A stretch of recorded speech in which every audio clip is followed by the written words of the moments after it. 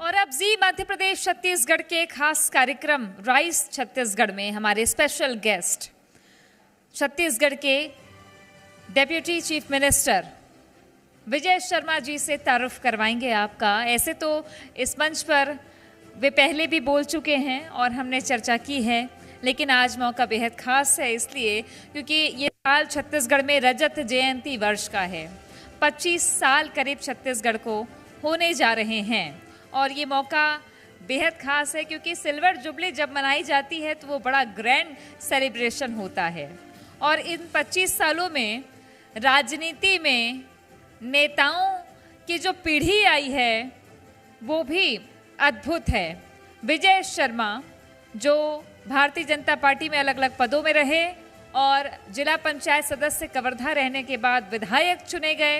अच्छे खासे मतों के साथ जनता ने उन्हें चुना और विधायक के बाद वो सूबे के उप मुख्यमंत्री बने हैं, पंचायत मंत्री हैं, गृह मंत्री हैं। उनसे बातचीत करेंगे। जोरदार तालियों से स्वागत करिए। सादर सम्मान के साथ मैं मंच पर आमंत्रित करूंगी उप मुख्यमंत्री विजय शर्मा जी को।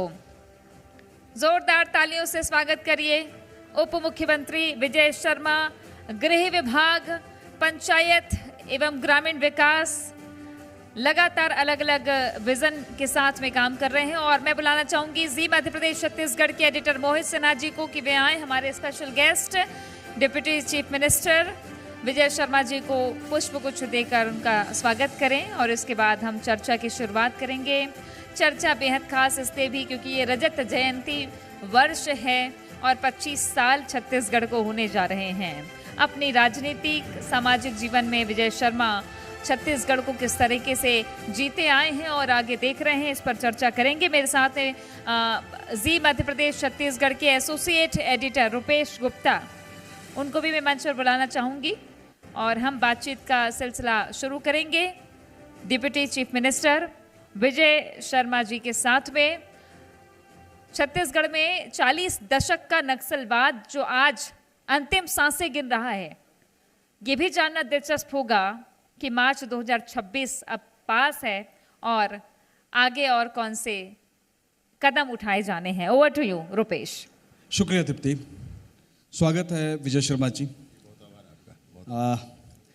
सबसे पहले तो बार बार आपसे जो सवाल पूछा जाता है उसी सवाल से मैं शुरू करूंगा कि नक्सलवाद की डेडलाइन वो लगातार कम होती जा रही है। अभी की जो परिस्थितियां हैं उन परिस्थितियों में क्या आगे की स्ट्रैटेजी है, क्योंकि लगातार इस तरह की खबरें आती है कि नक्सलवादी जो है वो सरेंडर कर रहे हैं और ये भी खबरें आ रही हैं कि लगातार जो जवान हैं हमारे नक्सलियों को मार रहे हैं, उनको पीछे धकेल रहे हैं, मार्जिनलाइज होते चले जा रहे हैं। अभी क्या स्थिति है नक्सलवाद की और 2026 का जो टारगेट है वो बहुत इंपॉर्टेंट है, तो उसको लेकर के क्या स्ट्रैटेजी अब आगे की है, क्योंकि 7 महीने बचे हैं। वस्तुतः बस्तर की जनता अब चाहती है कि यह समाप्त होना चाहिए और नक्सलवाद के लिए मैं विशेष रूप से कहना चाहूँगा कि समूचा बस्तर पीड़ित रहा है।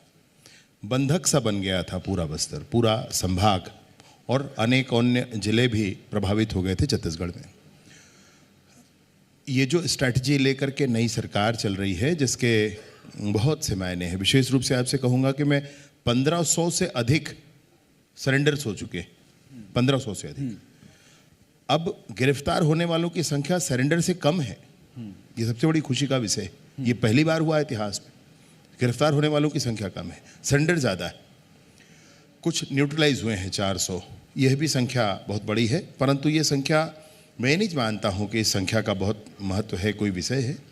लोगों का मनोभाव बदलना, वापस आ जाना, विभिन्न योजनाओं के माध्यम से सरकार को ये सुनिश्चित करना कि और लोग नक्सलिज्म की तरफ ना जाएं। डेवलपमेंटल वर्क है, कल्चरल वर्क है, स्पोर्ट्स के इवेंट्स हैं, इन सारे इवेंट्स के साथ ही साथ उनके अनेक प्रोफाइल हैं, लीगल बेस उनका, फाइनेंशियल बेस उनका, अर्बन बेस उनका, इस पर भी प्रोफाइलिंग की और काम किया है। ऑपरेशंस परफेक्ट ऑपरेशंस हुए, इंटेलिजेंस बेस्ड परफेक्ट ऑपरेशंस हुए।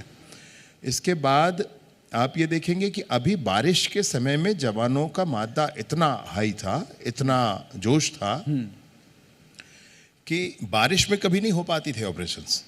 इस बार पूरे बारिश में ऑपरेशन हुए जी। इनफैक्ट लोग न्यूट्रलाइज किए गए, नक्सली जो नहीं मानते हैं, जिन्होंने आक्रमण किया, और बाकी बहुत से लोग सरेंडर किए, बहुत से, ये अभी तक चलता रहा। इस समय आगे और होगा।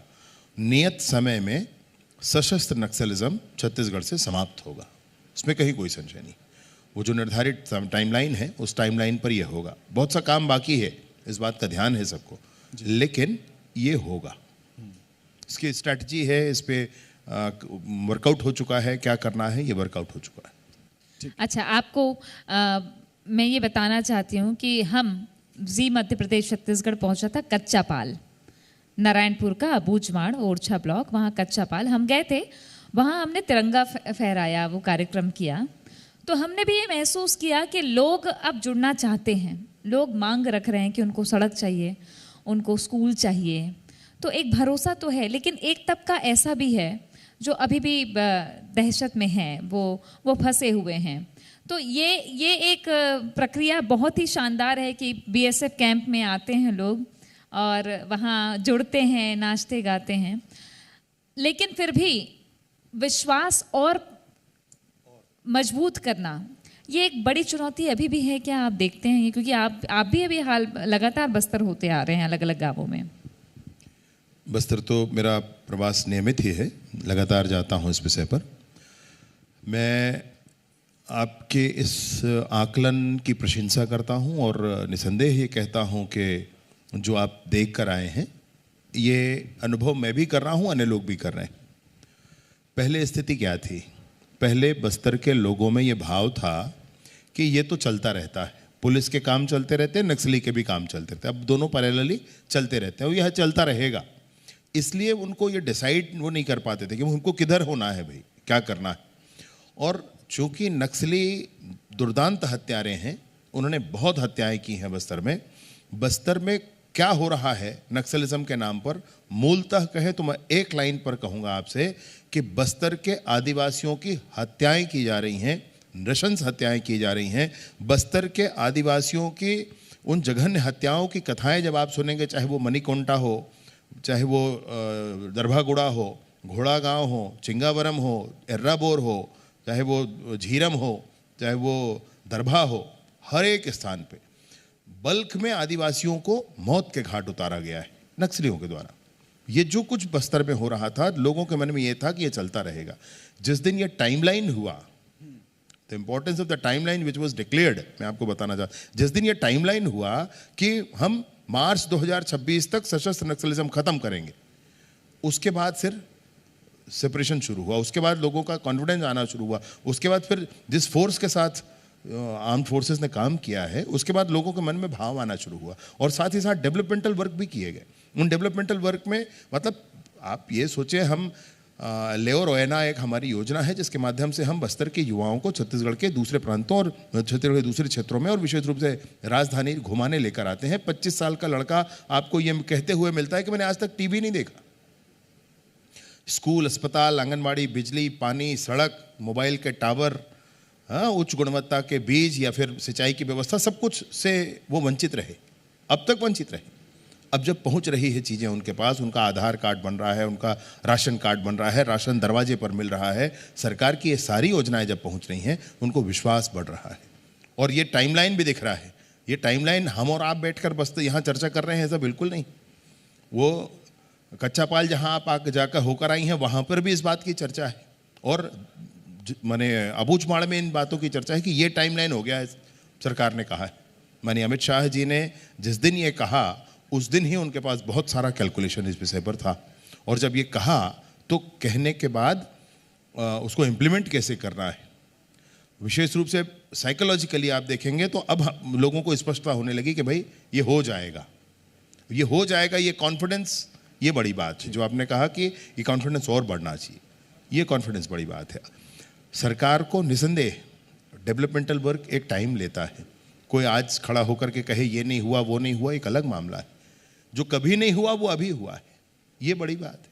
जो कभी नहीं हुआ, आधार कार्ड नहीं बने थे भाई, राशन कार्ड नहीं बने थे, उनके आयुष्मान कार्ड नहीं बने थे, उनका बिजली गांव में नहीं गया था, स्कूल नक्सलियों ने ब्लास्ट करके उड़ा दिए थे, ये सब कुछ हो रहा है अभी।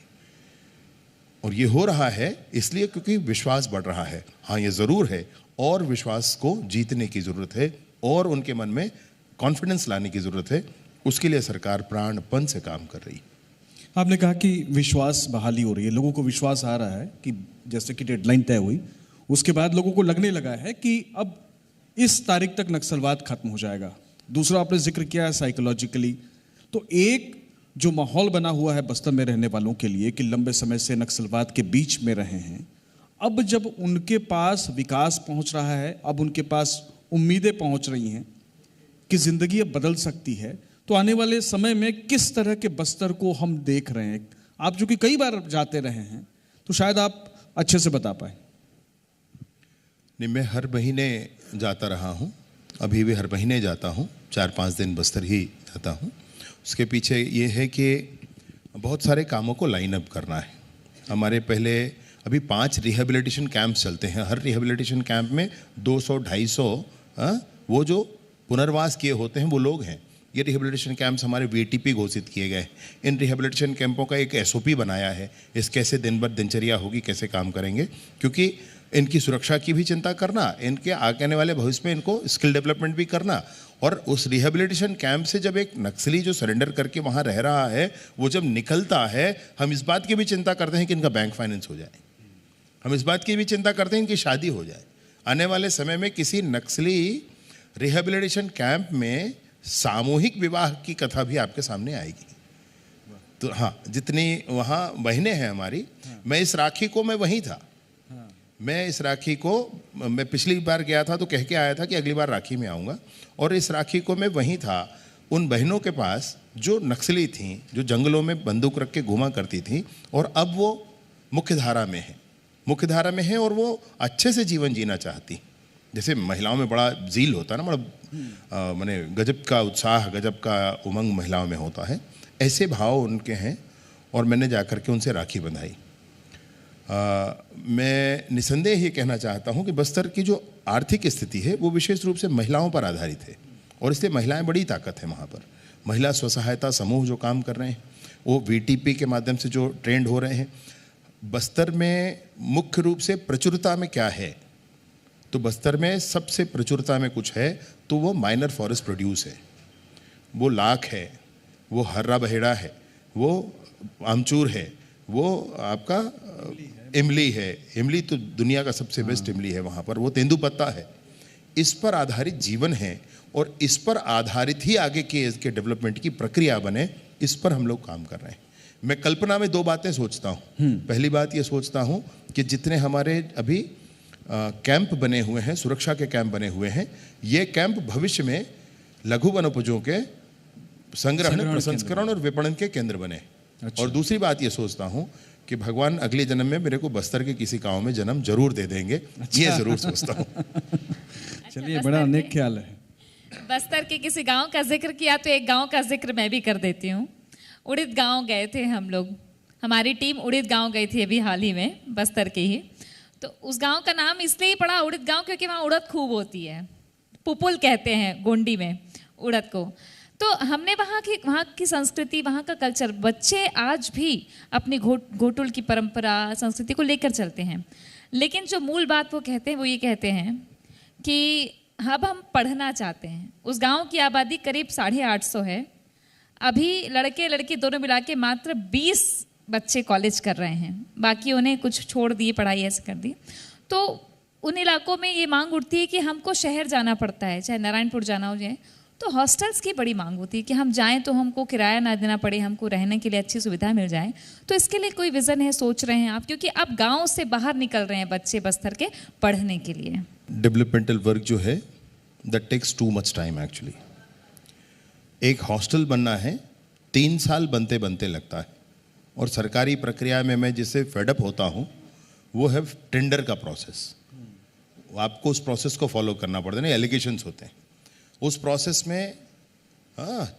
6 महीना साल बीतता है, ये नहीं हुआ, फिर टेंडर कैंसिल हुआ, फिर नया टेंडर हो गया, फिर ये नहीं हुआ, फिर कैंसिल, फिर नया टेंडर हुआ, टेंडर में इतने दिन का समय होना है, फिर ये टेक्निकल खुलेगा, फाइनेंशियल खुलेगा। जब कुल मिलाकर एक हॉस्टल अगर आप जो कल्पना कर रही हैं वो बनाना है तो मैं सोचता हूं कि 3-4 साल का समय लग जाता है। सरकार की आयु 4.5 साल की होती है मुश्किल से।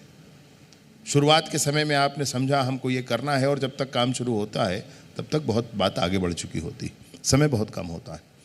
लेकिन योजनाबद्ध ढंग से नियत निलानार हमारी एक योजना है, मैंने योजनाओं का वो ग्रुप भी है, इटसेल्फ है, इट्स अ प्लान।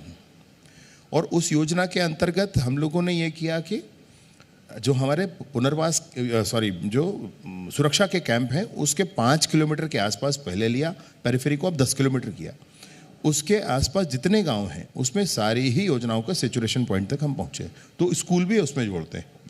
जहाँ स्कूल नहीं हुआ करते थे वहाँ पर जब पुनर्वास जो हमारा सुरक्षा का कैंप है वहाँ पर अब स्कूल, आंगनबाड़ी, राशन की दुकान और एक CSC केंद्र, ऐसी 4 चीज़ों का एक कॉम्बिनेशन वहाँ पर हम खोलते हैं। और वहाँ पर मोबाइल का टावर लगाते हैं जी, वो मोबाइल टावर लगता है तो वो कवरेज उनको मिलता है पूरा, तब जाकर के वो एरिया मूवमेंट बढ़ता है वहाँ पर। एक इलवत पंचायत हमारी योजना है। इलवत पंचायत की योजना में ये है कि अगर कोई ग्राम पंचायत ये कहता है कि हमारे सारे जितने माओवादी संगठन के सदस्य हैं वो आत्मसमर्पण करते हैं और ग्राम पंचायत प्रस्ताव करता है कि हमारा ग्राम पंचायत अब माओवाद सदस्य मुक्त हुआ, एक गांव ने कर भी लिया, एक पंचायत ने कर भी लिया। अगर ऐसा करते हैं तो उस गांव में 1 करोड़ का निर्माण कार्य देना, 1 करोड़ के निर्माण कार्य के साथ साथ उनको गांव में मोबाइल का टावर लाना, गांव में बस चलवाना, गांव में बिजली का कनेक्शन लाना, ये घोषणा में है।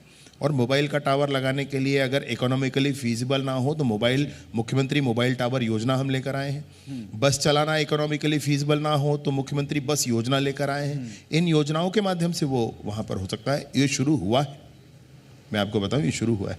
गांव के लोगों ने अपने लिए खुद बस चलाया, बस लेकर दिया गया उनको, अब उनकी संस्था खुद चला रही है बस। ये बड़ी प्रसन्नता का विषय। निर्माण कार्यों में सबसे आवश्यक कोई चीज़ है तो वो रोड है, सड़कें हैं। सड़कों को बनाने के लिए बस्तर में कुछ सड़कें ऐसी हैं जिनको कहा जाता है कि उनको पानी से नहीं सींचा गया है, उनको खून से सींचा गया है, ऐसे कहने वाली सड़कें। मतलब दुर्भाग्य है देश का जिसमें ऐसा होता है। और इन सड़कों के हिसाब से अब आप कहेंगे तो हम सिक्योरिटी फैसिलिटेट करा करके सड़कों का निर्माण करा रहे हैं। सड़क जब है तो सड़क वही है, बस्तर के गाँव के विकास के मार्ग पर IED बिछा हुआ है, इसलिए विकास वहाँ पहुँच नहीं पाता है। जब सड़कें बनती हैं तो विकास पहुंचता है। इन सारे ही विषयों के साथ सरकार जरूर आगे बढ़ रही है। एक करंट इशू है, मंत्रिमंडल का विस्तार हुआ, विभागों के फेरबदल हुए, तकनीकी शिक्षा जिसके आप मिनिस्टर थे, और चूंकि सवाल मैं इसलिए पूछ रहा हूं क्योंकि राजनीति में आने से पहले आप प्रोफेसर थे, तो तकनीकी शिक्षा किसी और को दे दिया गया आपसे लेके। मुझे इस बात की प्रसन्नता है कि मुझे लगभग 2 साल का 20 महीनों का अवसर मिला इसमें काम करने के लिए तकनीकी शिक्षा के नाते। हाँ। और इन 20 महीनों में मैं इसमें iHub शुरू कर सका। iHub कॉन्सेप्चुअली टेक्निकल एजुकेशन का ये जो पार्ट है वो ये है, एक संस्था, अगर छत्तीसगढ़ के किसी भी लड़के या लड़की के मन में कोई विषय आता है कि हम क्या कर सकते हैं, कोई माने उनके मन में इनोवेटिव कोई आइडिया आता है, दिल गो टू iHub। वो iHub जाएंगे, iHub में फोरम बनाया हुआ है, उस फोरम पर वो अपना कॉन्सेप्ट रजिस्टर कराते हैं और उनके कॉन्सेप्ट के इकोनॉमिकली फीजिबल और टेक्निकली फीजिबल होने पर वो रजिस्टर होता है। As soon as he gets registered his concept, वो बैंक फाइनेंस हो सकता है, फाइनेंशियल एड उसको मिल सकता है, टेक्निकल असिस्टेंस मिल सकता है, डेवलपमेंट के लिए उसको जगह मिल सकती है। वो प्रोटोटाइप डेवलप करता है। वो जैसे ही प्रोटोटाइप डेवलप करता है तो साइंस एंड टेक्नोलॉजी से एक MOU हुआ है जिसमें वो उसको पेटेंट करा लेगा। और उसके बाद वो हमारा CII से, यंग इंडियंस जो ग्रुप है रायपुर में भी है, CII से, उससे भी हम लोगों ने एग्रीमेंट किया हुआ, MOU किया हुआ है। प्रोटोटाइप डेवलप होने और प्रोटोटाइप के पेटेंट हो जाने के बाद वो उस फोरम पर रखाएगा, उसमें सारे ही इंडस्ट्रियलिस्ट बैठेंगे और जिस इंडस्ट्रियलिस्ट को उस कॉन्सेप्ट को यूज़ करना होगा उसकी कॉमर्शियल प्रोडक्शन के लिए यूज़ कर लेगा। ये iHub उसमें शुरू किए। एक और चीज़ हमने उसमें शुरू की, जो पहले पंजीयन, जो बेरोजगार कार्यालयों में पंजीयन होता, रोजगार कार्यालय में पंजीयन होता था, उस रोजगार कार्यालय में पंजीयन को हम लोगों ने डिजिटलाइज किया। ऐसे अनेक काम किए और उसके बाद मुझे 21 महीने का लगभग इसमें काम करने का समय मिला। मैं इसके लिए बहुत आभारी हूँ। तो आपने बोल दिया ना नए मंत्री को कि कंटिन्यू करें, नहीं तो नए मंत्री से मुलाकात होगी, बात होगी तो निश्चित रूप से कंटिन्यू करेंगे जी। कुछ महीने पहले सुप्रीम कोर्ट ने एक बात कही कि जेलों में जितने भी कैदी हैं एक हिस्सा सज़ा का काट चुके हैं, उनके लिए जेल प्रशासन खुद अर्जी लगा सकता है उन्हें रिहा करने के लिए। ऐसी पहल करनी चाहिए, ये सुप्रीम कोर्ट ने कहा है। क्या इस राज्य में भी इस बारे में विचार हो रहा है या ऐसी कोई पहल है? जेल जो होता है, जेल के अंदर जो जाता है वो कोर्ट के ऑर्डर से जाता है, और जेल के उस बड़े गेट के बाहर जो आता है वो कोर्ट के ऑर्डर से आता है। वो और किसी की मंशा उसमें हो नहीं सकती। प्रावधान जो बने हैं वो कोर्ट में अपनी बात रखने के लिए बने। जैसे हम लोगों ने भी सोचा नक्सलिज्म के संदर्भ में कितने गिरफ्तार होंगे अब तक, छोटे बड़े सारे प्रकरणों को मिलाकर तो इसकी संख्या हजारों में है। अब ये हजारों में संख्या है तो कैटेगराइज करके छोटे जो ये हैं, मैंने जो हीनियस क्राइम्स नहीं हैं उनको लेकर के और इनको हम अलग करें और इनको जेल से बाहर करें, इनका स्टेटस कन्वर्ट करें, अरेस्टेड से इनको कन्वर्ट करके हम सरेंडर्ड कर दें और सरेंडर्ड की फैसिलिटी उनको प्रोवाइड करा दें। इस कॉन्सेप्ट पर काम करते हुए वो भी हम कर रहे हैं। लेकिन इस पर भी वही है, पहले कोर्ट से उनको जमानत कराना, जमानत कराने के बाद फिर उनको रिहेबिलिट कराना, ये प्रक्रिया करनी पड़ेगी।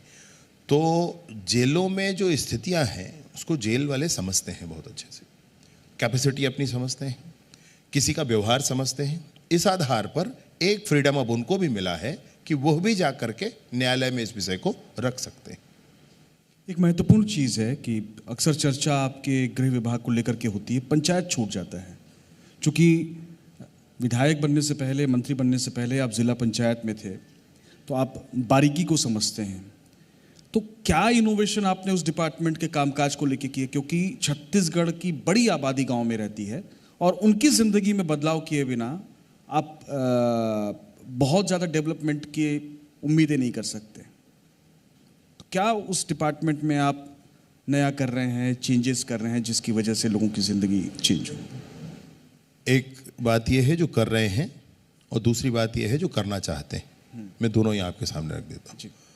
जो कर रहे हैं उसमें यह है कि महिला स्व सहायता समूह 2,70,000 समूह हैं, लगभग 29 लाख महिलाएं महिला स्व सहायता समूहों से जुड़ी हुई। इन सब के लिए एक योजना करना और इन सब के अच्छे कामों की स्टोरी सामने लाना, ये हमको करना होता है। इसके लिए दीदी के गोठ ऐसी एक रेडियो का प्रोग्राम ठीक 31 अगस्त को, मतलब महीने के आखिरी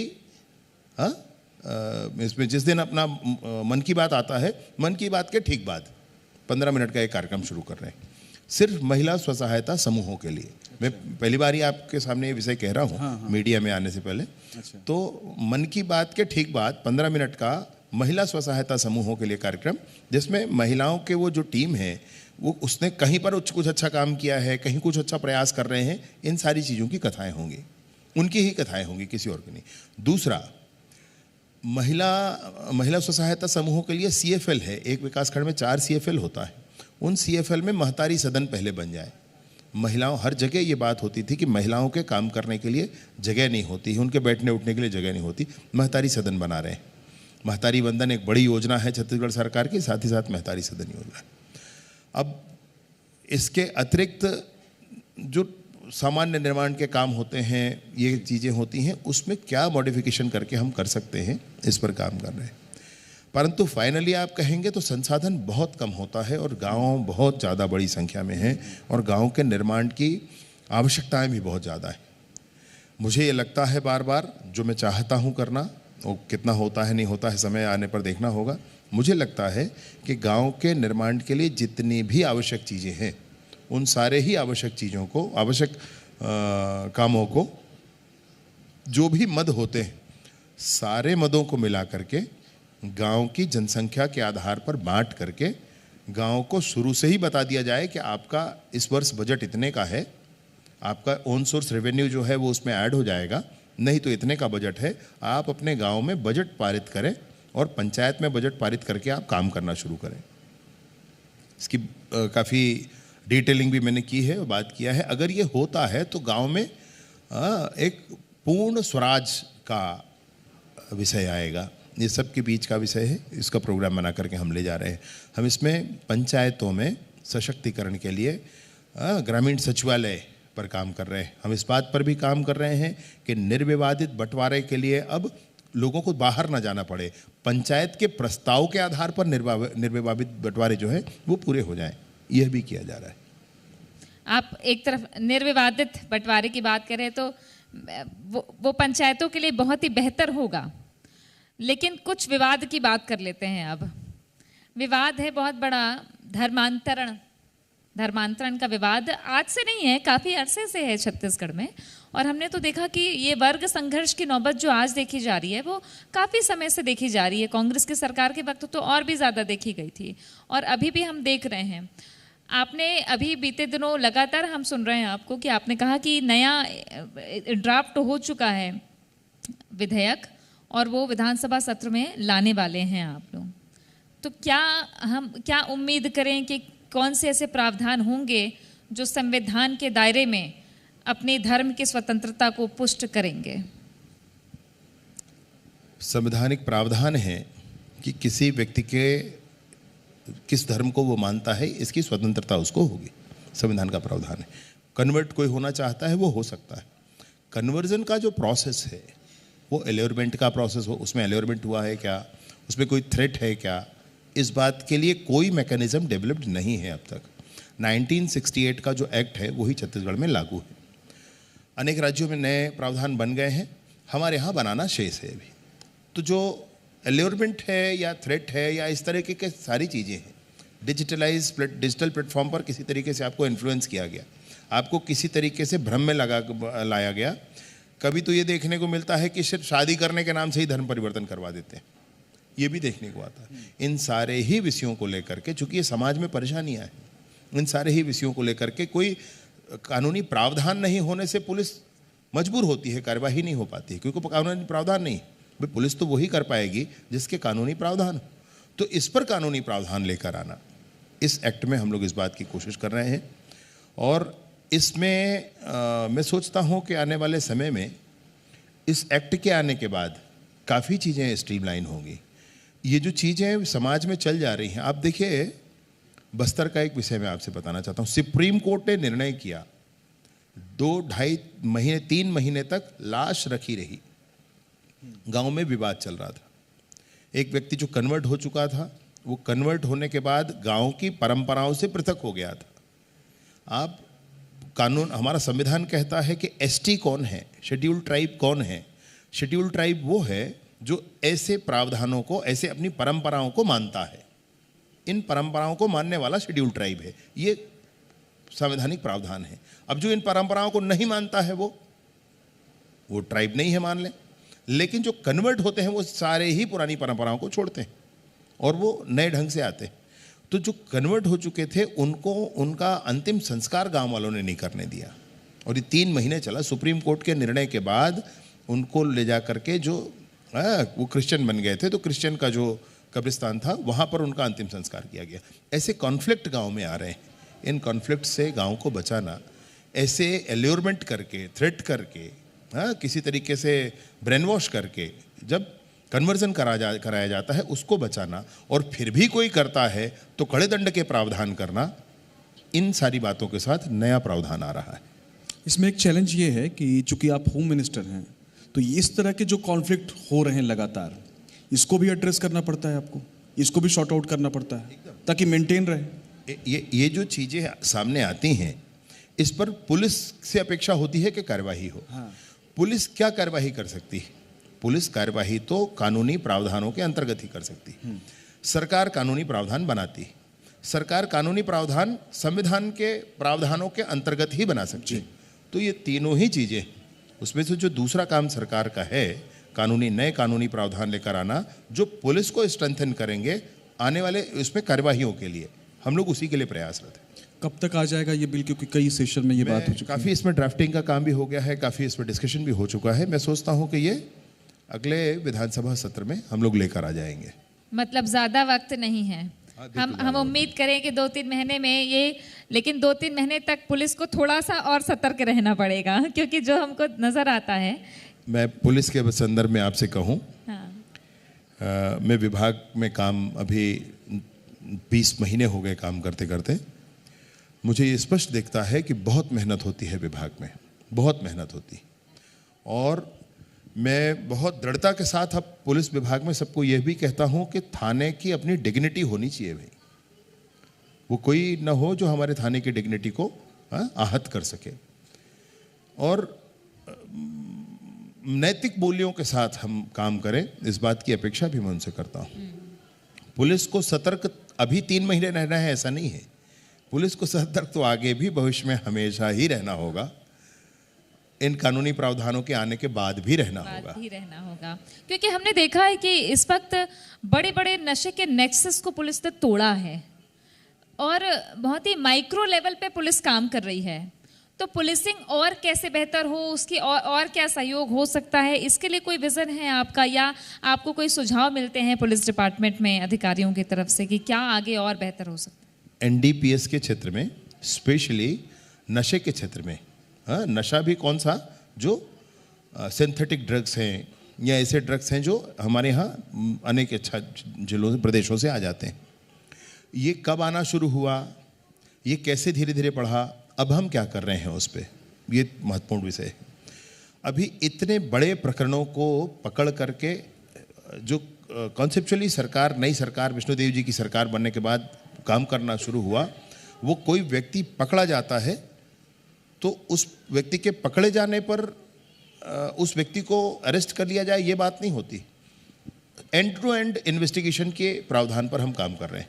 एंड टू एंड इन्वेस्टिगेशन, एक प्रकरण पकड़ा गया, इसके पीछे ये कहाँ से आया और ये कहाँ तक जाने वाला था, इस पूरे एंड टू एंड इन्वेस्टिगेशन पर काम होती है। दूसरा, नए 3 कानूनी प्रावधान आए हैं, उन कानूनी प्रावधानों में एनडीपीएस एक्ट एक से बाद दूसरी बार किसी के ऊपर लगता है तो आप उसमें संगठित अपराध की धाराएं लगा सकते हैं, उस पर भी काम हो रहा है। तीसरा, ये जो प्रकरण बनते हैं उसको सफेमा कोर्ट पर ले जाना, एनडीपीएस के लिए सफेमा कोर्ट पर ले जाते हैं तो उनका प्रॉपर्टी अटैच होता है। अब हम दूसरा प्रकरण किसी के खिलाफ आता है तो उसके लिए हम प्रॉपर्टी अटैच भी करते हैं। आज उसके प्रॉपर्टी का जो वैल्यूएशन है और पुराने पहले प्रकरण से लेकर के आज तक उसने जितनी भी नई प्रॉपर्टी बनाई है उसको अटैच करते हैं। अब एक व्यक्ति गड़बड़ कर रहा है तो उस व्यक्ति को पकड़ लेने से काम खत्म नहीं हुआ। End to end investigation, starting कहां से, एंडिंग कहां पर, कंजम्पशन का पॉइंट कहां पर है। दूसरा यह भी कि उस व्यक्ति ने प्रॉपर्टी कितनी बना ली इससे, नहीं तो 6 महीना जेल में रहकर आ जाएगा, फिर जिंदगी भर ऐश करेगा, ऐसे नहीं होने दिया जाएगा, उसकी प्रॉपर्टी अटैच होगी। उस पर यह भी हम ये कर रहे हैं कि संगठित अपराध की गैर जमानती धाराएं लगा करके जेल डाल रहे हैं। अभी ये करते हुए रायपुर में भी पुलिस ने और आसपास हमारे छत्तीसगढ़ में पुलिस ने बहुत अच्छा काम किया है। आपको मैं ये बताना चाहता हूं कि आज के डेट में हमारे पास 800 ऐसे लोगों की सूची है जो पिछले 3, 4, 5 सालों से ड्रग एडिक्ट बने हुए, 800 लोगों की। अब इनके पुनर्वास का काम है, उस पुनर्वास की चिंता हम लोग कर रहे हैं। एक एक व्यक्ति को चाहे समाज के सामने हाथ फैला करके कहना पड़े कि आप इस पे सहयोग करें, समाज का कहना भी पड़े तो कहेंगे, लेकिन हर एक व्यक्ति का पुनर्वास जरूर कराएंगे। उनके ड्रग एडिक्ट जो हो चुके हैं उसको छुड़वा कर दम लेंगे। एक बड़ा मसला है और वो मसला चूंकि लगातार आप लोग उठाते भी रहे हैं, और वो है अवैध घुसपैठ का। इल्लीगल तरीके से जो लोग रह रहे हैं, अभी वस्तुस्थिति क्या है, क्योंकि इसको लेकर के कई बार सरकार की तरफ से भी कहा गया, कार्रवाइयां भी की गई और कुछ आप लोगों ने इनिशिएटिव भी लिए, तो अभी वस्तुस्थिति क्या है? ये जो घुसपैठ है ये बहुत बड़ी समस्या पूरे देश की है।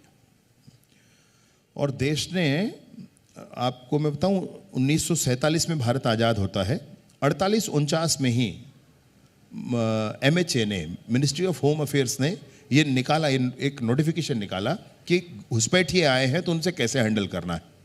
उसी समय निकाला और उसके बाद उसका रीडिफाइंड होते होते वो बहुत सारी चीज़ें आज भी आई। मई महीने में, इस वर्ष के मई महीने में MHA ने फिर से एक नोटिफिकेशन निकाला। उस नोटिफिकेशन के आधार पर छत्तीसगढ़ में हम लोगों ने काम किया। मैं आपसे ये बताना चाहता हूं कि छत्तीसगढ़ में अभी हम लोगों ने हर एक जिले में STF का गठन किया है, स्पेशल टास्क फोर्स का गठन किया है, जो स्पेसिफिकली इसी बात पर काम करती। दूसरा महत्वपूर्ण से आपसे कहना चाहता हूं, आधार कार्ड सबका बना हुआ है। वो मुर्शिदाबाद से बनवा कर ले आए हैं, जाने कहाँ से बना कर ले आए हैं। उनके पास एपिक कार्ड भी है, आपके पास नहीं होगा, इतने कार्ड उनके पास है। ये कहाँ से बनकर आ गए? अब कैसे आइडेंटिफाई किया जाए? कानूनन तो ये है कि आधार कार्ड कोई सिटीजनशिप का प्रूफ नहीं होता है, लेकिन फिर भी पुलिस क्या करे, तो पुलिस के लिए अलग प्रोसीजर तय किया गया। हमने ये कहा भाई ये कार्ड वार्ड तो आप देखो मत, अब मेरी बात समझ, कार्ड तो देखो ही मत अब आपको करना क्या है, तो आप इस प्रोसीजर पर काम करो। दूसरा प्रोसीजर डेवलप करके उनको पकड़ा गया है। और छत्तीसगढ़ में पहली बार टोल फ्री नंबर जारी किया गया है, 1800-233-1905। ये टोल फ्री नंबर जारी किया गया। किस बात के लिए? गॉसिप होता है, लोग आपस में बैठकर कहीं बात करते हैं, वहाँ ऐसा हो गया है, वो आ गया है, ये देखिए नया आदमी दिख रहा है, ये घुसपैठी आ गया है। ये चर्चाओं में मत रहे, ये पुलिस के डॉक्यूमेंटेशन में आ जाए। और कोई भी व्यक्ति बताना चाहे तो उस नंबर पर, टोल फ्री नंबर पर फ़ोन करके बता दे। STF का गठन करना, टोल फ्री करना, पकड़ा गया व्यक्ति तो उसको होल्डिंग सेंटर्स पे रखना। तो होल्डिंग सेंटर नोटिफाई किया गया छत्तीसगढ़ में पहली बार। और मैं आपको बताना चाहता हूं कि छत्तीसगढ़ में पहली बार क्विट इंडिया ऑर्डर हुआ है। क्विट इंडिया ऑर्डर हुआ है, मैंने स्पेसिफिकली पूरे ही क्षेत्र में, पूरे ही प्रदेश में घुसपैठियों के लिए कोई स्थान नहीं होगा। हम चुन चुन कर सबको बाहर करेंगे, प्रण है हमारा। एक आखिरी सवाल आपसे, लॉ एंड ऑर्डर का मसला काफ़ी बार उठता है, खासतौर से जब चाकूबाजी की घटना होती है, कोई क्राइम होता है, और बार बार निशाने पर आप रहते हैं।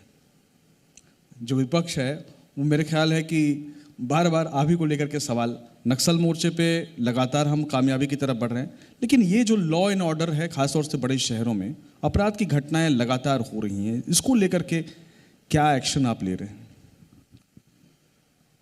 एक बड़ा स्टेप जो सरकार ने लिया है, माननीय मुख्यमंत्री जी का मैं हृदय से आभार करता हूं, वो ये है कि रायपुर को पुलिस कमिश्नर प्रणाली रायपुर में लागू की जाएगी। ये एक निर्णय हुआ है। हम लोग कोशिश करेंगे कि 1 नवंबर से ये प्रणाली चालू हो जाए।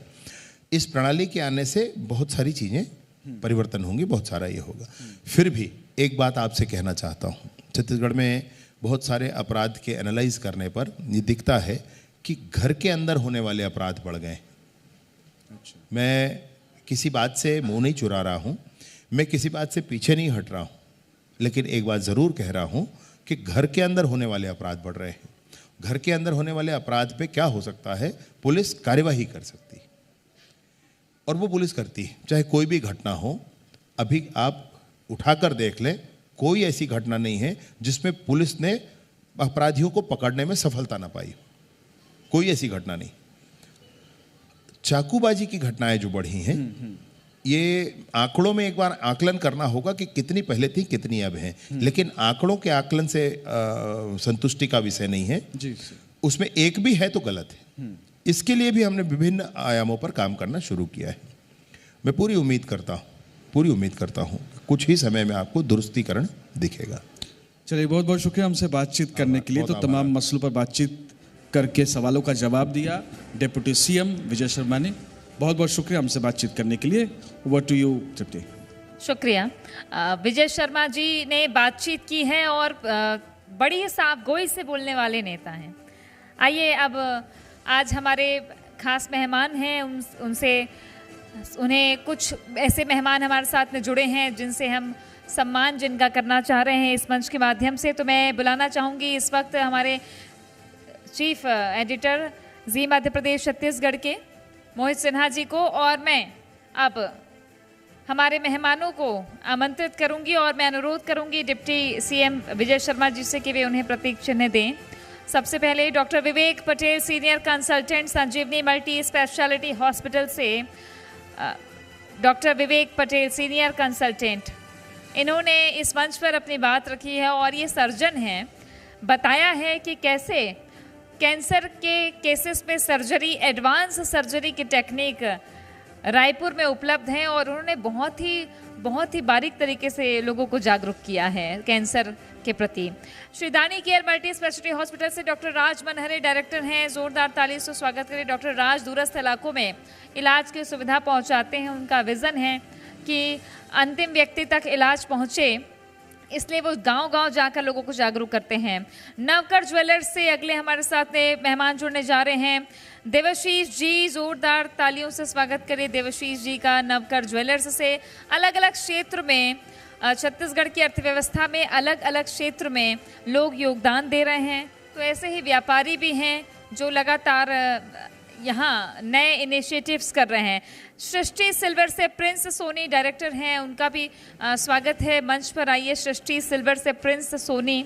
इसके बाद मैं बुलाना चाहूँगी रविंद्र जायसवाल जी को, वी केयर हॉस्पिटल से रविंद्र जायसवाल जी अभी हमारे साथ में ज्वाइन कर रहे हैं। सृष्टि सिल्वर से प्रिंस सोनी जी जो डायरेक्टर हैं सृष्टि सिल्वर के।